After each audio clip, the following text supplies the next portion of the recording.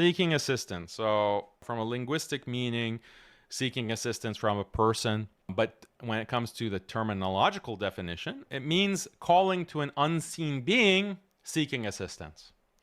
So, oh prophet, oh saint, oh angel, or even oh Allah, ya Allah. That's istighatha. But what they're specifically meaning is seeking help from an unseen entity other than Allah. This is shirk. If you make dua and you say, for example, oh prophet, sallallahu alaihi wasallam, give me children. Is this shirk? Is this shirk? This is the question. So my view is that this is haram. This is something that is clearly haram. It's something impermissible. Shouldn't be done. And that's the majority view. That is the majority scholarly view. There are exceptions. There are scholars historically who seem to indicate that no, this is actually allowed because of XYZ reasons. My position, and this is the position of the majority of ulama, is that this is haram.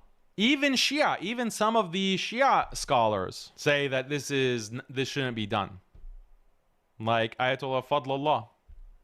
Fadlullah is famous for saying that this shouldn't be done. You shouldn't call to the imams, the 12 imams. So the majority is that this is impermissible. But is it shirk? Is it shirk? And on that, I have said multiple times since I've been accosted and harassed, and this has been always my view, that it is potentially shirk. It may be shirk, or it's potentially shirk. It's potentially shirk depending on different factors. Someone that does it, that says, oh prophet, or oh saint, Abdul Qadir al-Jilani, oh Abdul Qadir al-Jilani, give me children, give me wealth. That is very likely that is shirk. But can I say that that is the same level of shirk as a Hindu calling to Brahma or Shiva? Is that the same as like a mushrik from the Quraysh calling to Lat or Uzza? Is it the same level? Is it the same exact thing? That's the question. And I think that it's not the same. There is a difference. There is a difference, even if it's slight, such that it's 99.999% shirk, depending on these different factors. But is it the same exact thing as praying to Brahma? I'm not sure. I can't definitively say that. So that position on whether it is shirk or potentially shirk, that is not necessarily the majority position.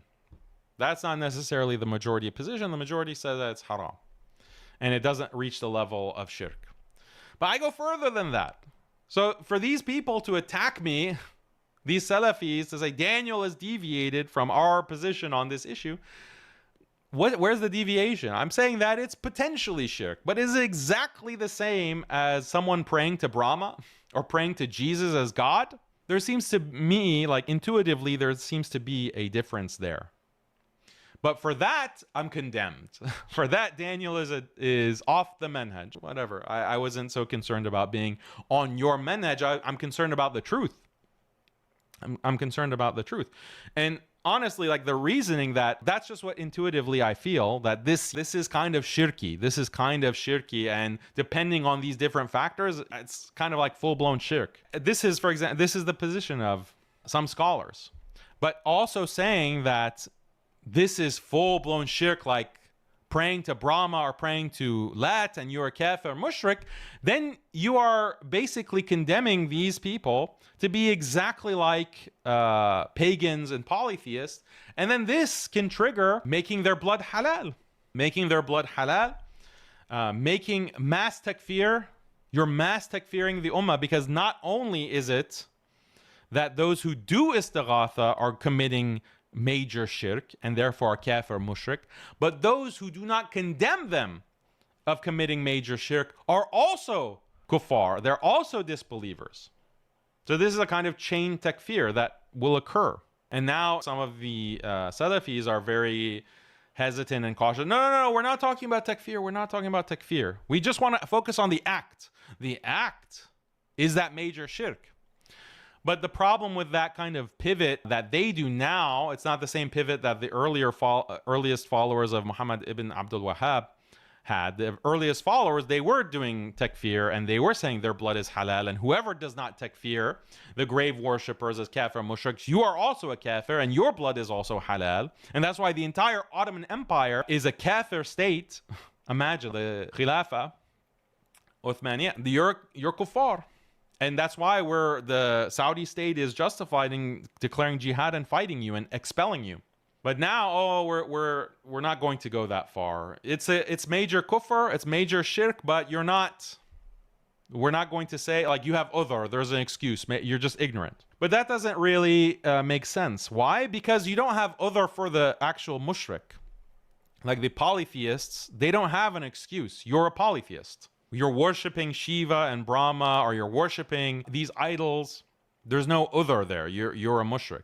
So this is an inconsistency in the position of those who want to say that yes, this is complete full-blown shirk, and there's no difference between what calling to Abdul Qadir al-Jalani is and what the Hindu is doing or what the pagan is doing. There's no difference. They fall into this kind of difficulty or this dilemma.